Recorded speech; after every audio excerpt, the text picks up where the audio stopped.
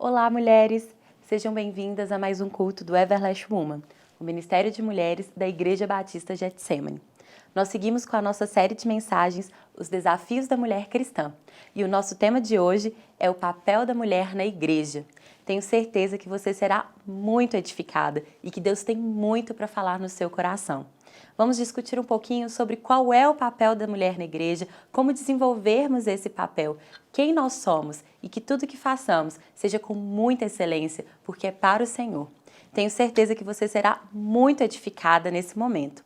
Antes de tudo, eu quero que possamos orar juntas, como irmãs em Cristo, mesmo à distância. Tenho certeza que Deus vai falar muito ao seu coração. Vamos orar? Senhor, muito obrigado por esse momento.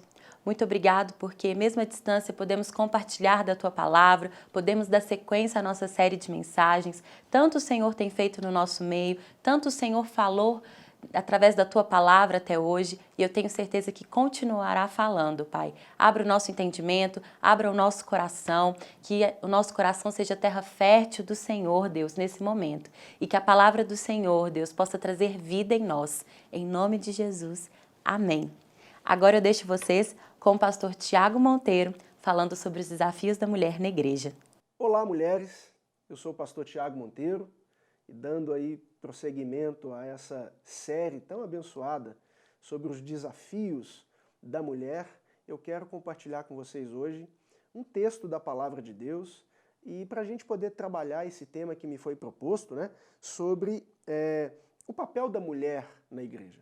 O texto que eu quero compartilhar está aqui em Lucas capítulo 10, texto bem conhecido sobre Marta e Maria, verso 38 em diante. Lê comigo. Quando iam de caminho, entrou Jesus em uma aldeia e uma mulher chamada Marta hospedou-o. Essa tinha uma irmã chamada Maria, a qual, sentada aos pés do Senhor, preste atenção nessa expressão, ouvia o seu ensino. Marta, porém, andava preocupada com muito serviço. E chegando-se disse, Senhor, a ti não se dá conta que a minha irmã tem me deixado só no serviço?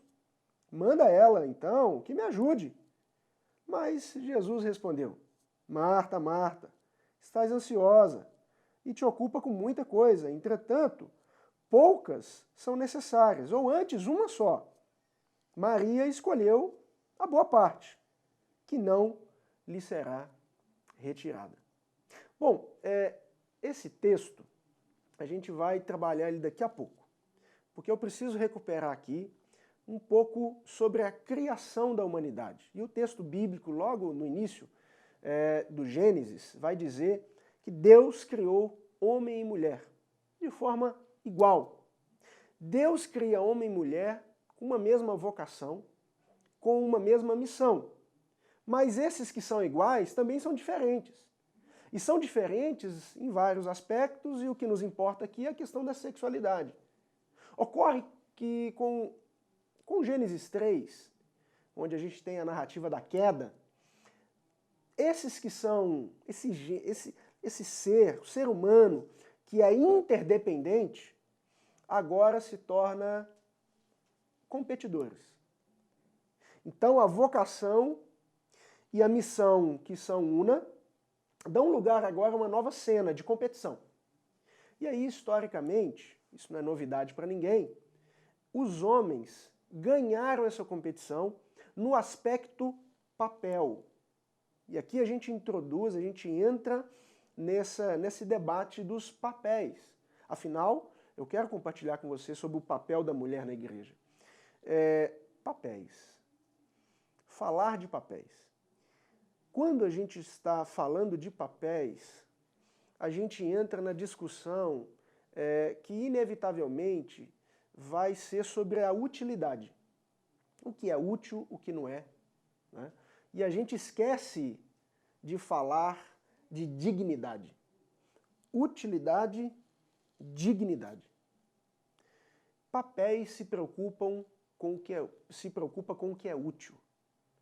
Só que aqui, já entrando no texto, Jesus, em vários outros momentos, e em especial esse, ele se preocupa com a dignidade.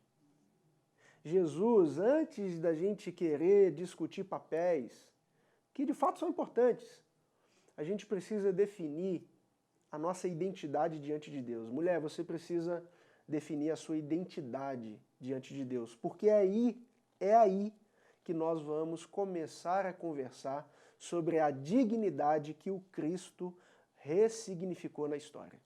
Bom, sobre isso, aqui no texto você vai ver duas personagens famosíssimas, né? Duas irmãs, Marta e Maria. E eu te chamo a atenção para o verso 39, onde Maria está sentada aos pés de Jesus. Bom, na tradição de Jesus, na tradição de um judeu, ficar sentado aos pés de um mestre, e Jesus era considerado um mestre, tem um nome, isso chama talmidim. E não havia um talmidim feminino. Talmidim era uma condição exclusiva do masculino. É curioso como que Jesus quebra paradigmas. E aqui nesse texto, ele aceita uma mulher como a sua discípula, como a sua talmidim. E mais curioso ainda e gracioso é a gente perceber que no reino de Deus, o lugar mais importante, o papel, o cargo, chame do que você quiser, o lugar mais importante que temos é aos pés de Jesus. É a condição de sermos discípulos e discípulas de Jesus. Jesus, então, nesse texto, ele está passando uma mensagem para mim, para você, que a dignidade, ela deve primeiro ser discutida antes da utilidade. Eu costumo sempre dizer e fazer a analogia aqui do vaso sanitário. Me desculpe aí, né, o exemplo tão, talvez esdrúxulo, mas o vaso sanitário é o objeto mais útil numa casa. Imagina a sua vida sem um vaso sanitário, irmã. Seria terrível. Glória a Deus por essa tecnologia. Mas nunca você vai ver alguém dar um vaso sanitário de presente de casamento. Porque é útil, mas não é digno. Ok? Então, antes da gente voltar para a discussão do papel da mulher na igreja, a gente precisa entender e definir aquilo que o Cristo fez historicamente sobre o feminino, esse resgate da colaboração. E isso não é apenas no feminino, é no masculino também.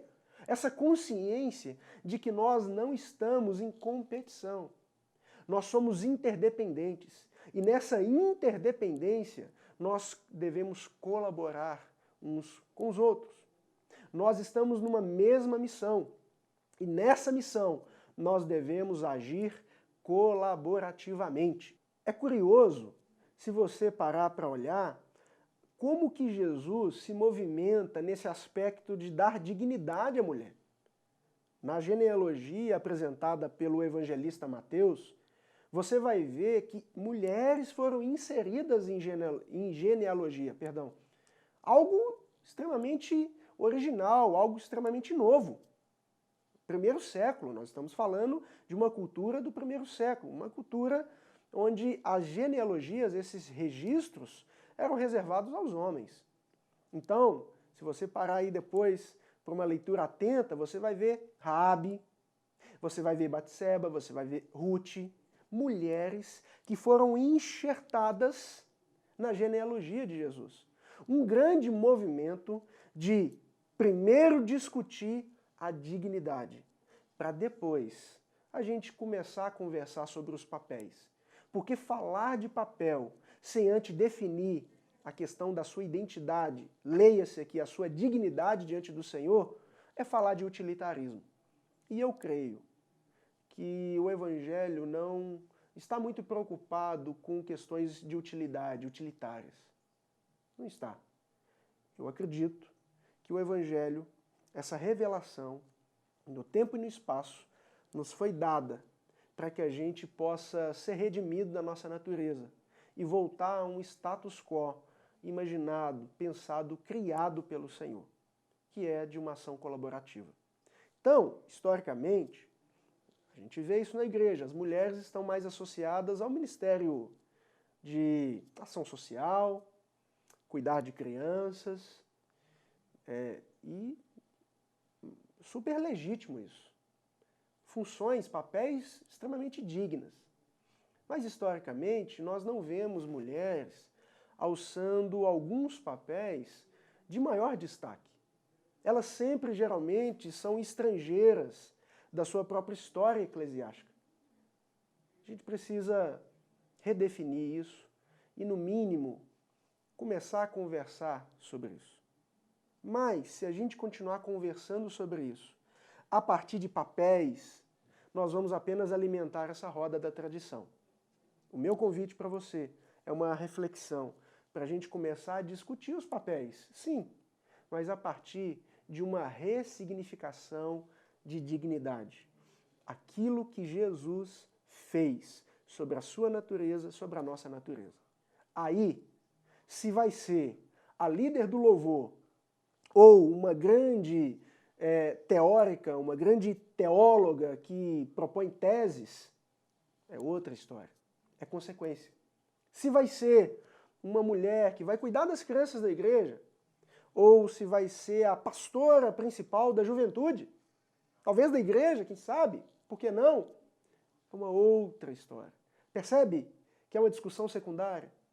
Que a gente precisa primeiro estabelecer o alicerce, a gente precisa primeiro conversar sobre aquilo que Jesus fez com a gente, que foi ressignificar essa condição pelo qual um dia foi ameaçada, um dia ela entrou num caos, mas que pela graça de Deus, onde abundou esse caos, essa condição, superabundou o agir de Deus, superabundou a graça de Deus. Bom, caminhando aqui para a minha conclusão, eu repito e insisto nisso. Antes da gente discutir papéis, eu quero convidar você a uma oração, a uma reflexão sobre a sua condição e uma condição de dignidade diante do Senhor.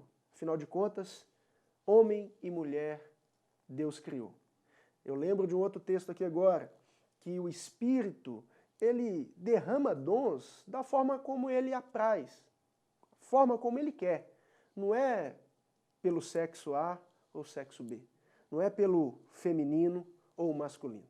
Diante de Deus, nós temos uma mesma missão, uma mesma vocação. E eu insisto em dizer que essa missão, essa vocação é colaborativa. E aí, o papel é uma discussão secundária. Que Deus te abençoe e convido você a um tempo de oração comigo, orar esse texto, orar essa mensagem, que ela possa te consolar e te confortar e te convidar a essa reflexão sobre o seu papel na igreja local. Senhor Deus, obrigado pela oportunidade que a gente tem aqui de poder discutir esses assuntos. Ao longo desse mês, o Senhor tem nos abençoado, nos orientado, e eu te louvo porque a Tua palavra, ela enche o nosso coração de esperança, ela é a esperança. Obrigado, Deus o Pai, porque o Senhor enviou Jesus, o Filho amado, que ressignificou a nossa história. Obrigado por nos ensinar hoje que antes da gente ficar aqui degladiando, a gente ficar lutando por papéis, por espaço, o Senhor vem até o nosso coração e traz luz à nossa mente para a gente entender o Teu agir de ressignificação da nossa identidade diante do Senhor. Então, ó Deus, que nós saiamos desse tempo aqui de estudo, que a gente saia, ó Deus, desse período de oração, dispostos a não mais a um lugar de competição, mas um lugar de missão, uma missão unida no Senhor, no amor do Senhor. Essa é a nossa oração no nome de Jesus. Amém. Amém. Que Deus te abençoe. Tchau. Glória a Deus. Que palavra poderosa, não é mesmo? Tenho certeza que Deus falou muito ao seu coração e Ele vai continuar falando. E não é porque estamos à distância que vamos deixar de agradecer ao Senhor, de louvar ao Senhor, também com os nossos dízimos e as nossas ofertas. É por isso que eu te convido a meditar junto comigo em Mateus 6:21, que diz assim: "Pois onde estiver o seu tesouro, aí também estará o seu coração." o nosso coração deve estar nas coisas do Senhor. E não nas coisas terrenas, não nas coisas materiais. Mas, além de tudo, nós aprendemos que, como mulheres sábias, como mulheres tementes ao Senhor, nós devemos entregar tudo que somos a Ele. E o nosso dinheiro é parte disso. Não porque apenas a igreja precisa, não porque fazemos isso para receber algo em troca, mas muito pelo contrário. Nós damos de coração grato, porque o nosso coração está no Senhor. E nós sabemos que o nosso dízimo e as nossas ofertas, eles podem alcançar lugares que nós nem imaginamos, lugares que nunca pisaremos. Os nossos dízimos e as nossas ofertas atendem famílias, atendem crianças, atendem homens e mulheres que servem ao Senhor de forma integral na igreja. Homens e mulheres que muitas vezes passam por necessidades. E o nosso coração está com essas pessoas. O nosso coração está em dar mais do que receber mais. É por isso que eu te convido a, junto comigo, a orarmos e entregarmos a Deus também os nossos dízimos, as nossas ofertas, a nossa vida financeira. Ela está nas mãos do Senhor. Eu não sei se você tem passado por um momento de dificuldade. Eu não sei por qual circunstância na sua vida você tem passado, se tem te faltado alguma coisa, mas eu quero te dizer algo. Se o seu coração está no Senhor, eu tenho certeza que nada vai te faltar. Vamos orar juntos então? Senhor, muito obrigado pela oportunidade de entregarmos os dízimos e as nossas ofertas. O nosso coração é teu, Deus, inclusive a nossa vida financeira. Ela é parte de quem somos e nós somos toda do Senhor. Não há uma parte que é do Senhor e outra parte que é terrena. Nós somos completamente tuas, ó Pai. É por isso que nós entregamos, ó Deus, a nossa vida financeira nas tuas mãos. Nós sabemos que tudo o Senhor tem cuidado. Nós sabemos que ainda mais o Senhor fará por nós, que não precisamos temer, ó Pai, porque o Senhor é por nós. O Senhor é por cada mulher que nos assiste nesse momento, Pai.